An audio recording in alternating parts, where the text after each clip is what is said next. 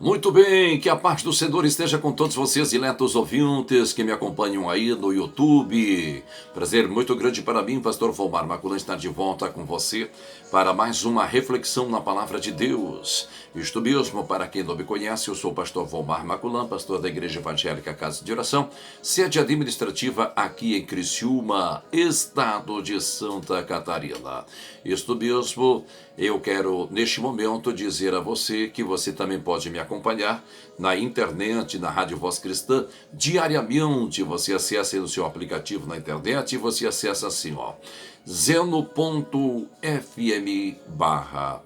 Cristã. Tá certo, das 8 da manhã à meia-noite, nós estamos aí com vocês em nome de Jesus Cristo. Tá certo? Neste momento, então, nós queremos meditar com vocês em uma palavra muito importantíssima do livro da Revelação. Livro de Apocalipse, capítulo de número 1, e o versículo de número 9. Nós vamos ler aqui a palavra de Deus, que nos diz assim, ó. E eu, João, que também sou vosso irmão e companheiro na aflição e no reino e na paciência de Jesus Cristo, estava na ilha chamada Pátimos por causa da palavra de Deus e pelo testemunho de Jesus Cristo. Eu fui arrebatado em espírito no dia do Senhor, e ouvi detrás de mim uma grande voz como de trombeta que dizia: o que vê escreveu num livro e enviou às 7 igrejas que estão na Ásia, a Éfeso, a Esmirna, e a Pérgamo, a Tiatira, e a Sardes, e a Filadélfia, e a Laodiceia. E virando-me para ver quem falava comigo, e virei-me, vi 7 castiçais de ouro, e no meio dos 7 castiçais, um semelhante ao Filho do Homem, vestido até os pés de uma veste comprida e cingido pelo peito com um cinto de ouro. E a sua cabeça e cabelos eram brancos como a lã branca, como a neve, e os olhos como chamas de fogo. E os seus pés semelhante a latão reluzente, como se tivesse sido refinado numa fornalha.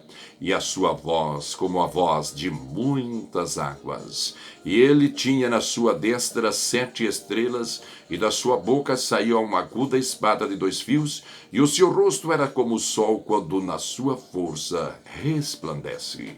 E eu, quando ouvi, caí a seus pés como morto, e ele pôs sobre mim a sua destra, dizendo-me: não temas, eu sou o primeiro e o último, eu que vive. Fui morto, mas eis aqui estou vivo para todos sempre. Amém. E tenho a chave da morte e do inferno.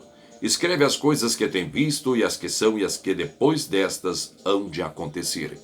O mistério das 7 estrelas que viste na minha destra, e dos 7 castiçais de ouro.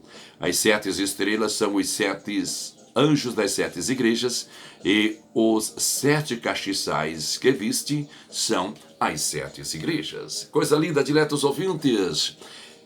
Meu querido e amado que me acompanha, olha que palavra linda, preciosa que nós, ora, acabamos de mencionar. Vemos o Senhor em glória, pela visão do João, apóstolo do Senhor, na ilha de Pátimos, quando foi chamado para estar aos céus, por aquela voz tremenda como voz de trombeta. E João subindo, ele vê o Senhor no seu estado de glória. Ele vê algo extraordinário. Ele vê 7 castiçais, 7 candeeiros, 7 candelabros, como você queira assim entender. E estes 7 castiçais estavam postos em círculo. E ele vê a Jesus, o Filho do Homem, como assim é chamado aqui, no meio dos 7 castiçais. E ele vê Jesus com 7 estrelas na mão e uma aguda espada que saía da boca de Jesus. Queridos e amados, João ficou meio como que sem entender esta visão e revelação. E nós sabemos que essa espada aguda que sai da boca de Jesus é a palavra poderosa do Espírito Santo de Deus, que é profetizada, predita, anunciada por Jesus Cristo. Isto mesmo.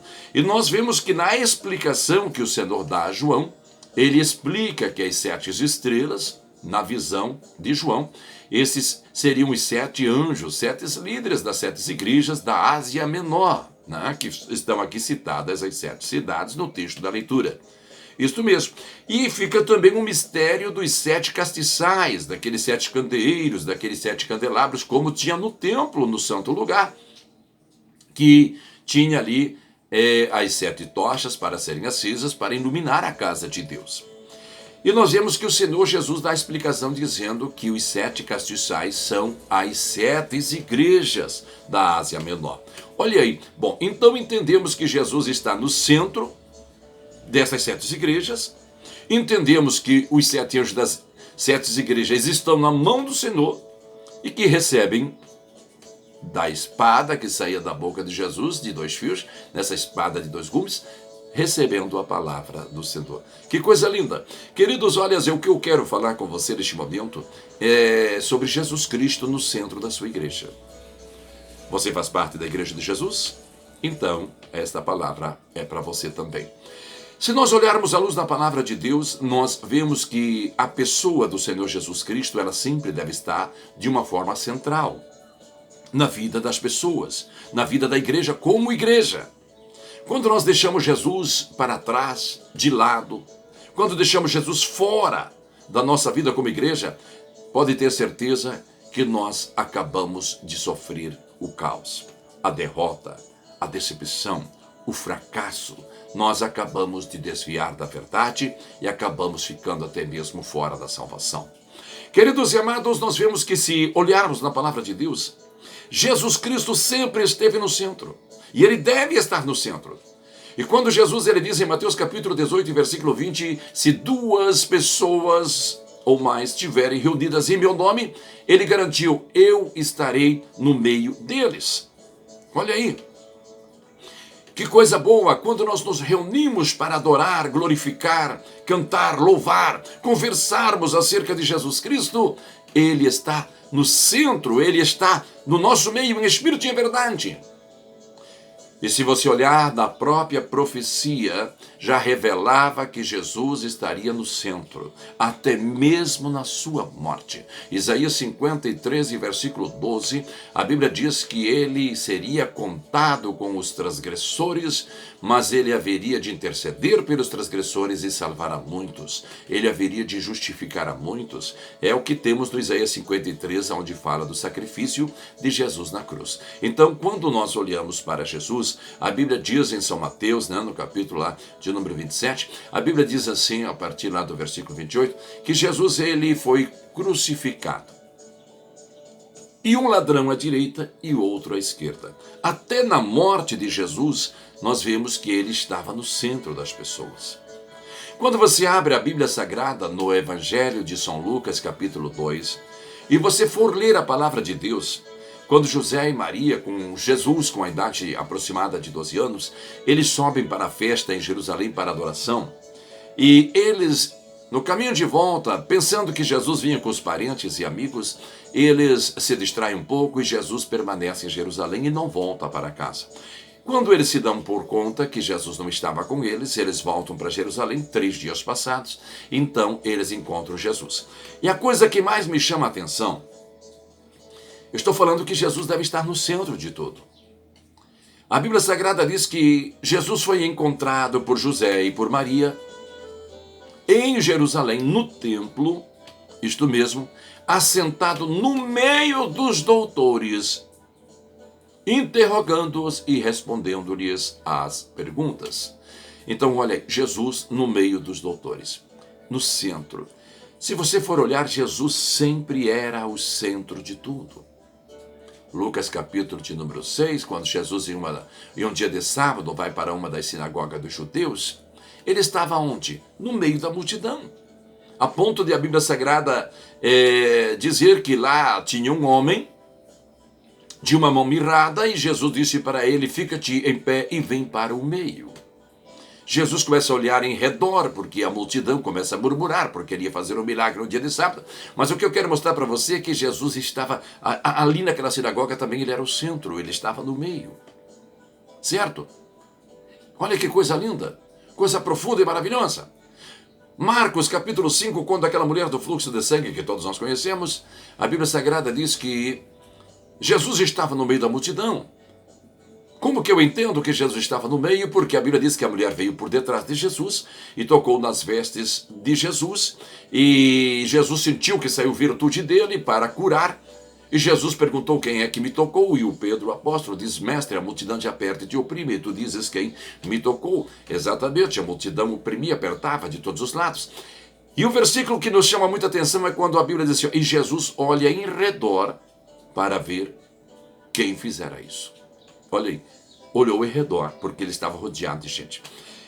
Por que eu estou falando isso neste momento?